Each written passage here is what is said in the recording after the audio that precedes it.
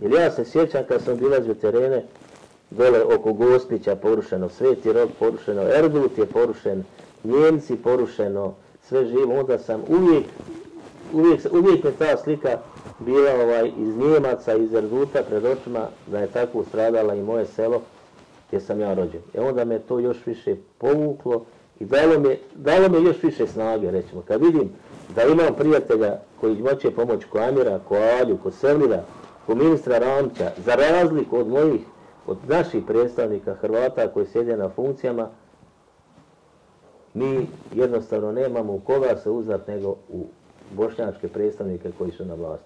To je žalostno reći. To je istina. Nas niko ne doživljava ovdje.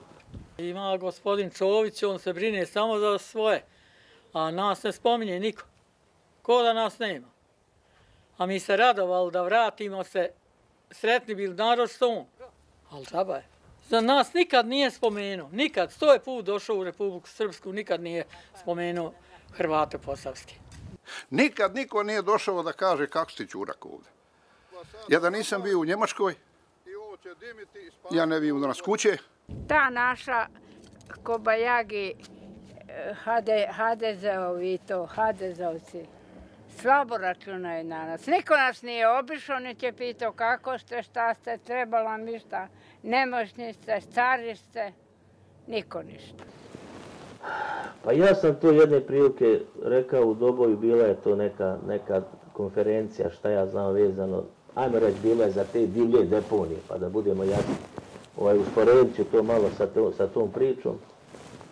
Sve smeće kreće iz kuće, znači komunalno smeće kreće iz kuće i sve negativnosti, nacionalizam kreće iz kuće. Znači ljudi jednom moraju shvatiti da to više nema mjesta nacionalizam uopće ni u primisli među narodom.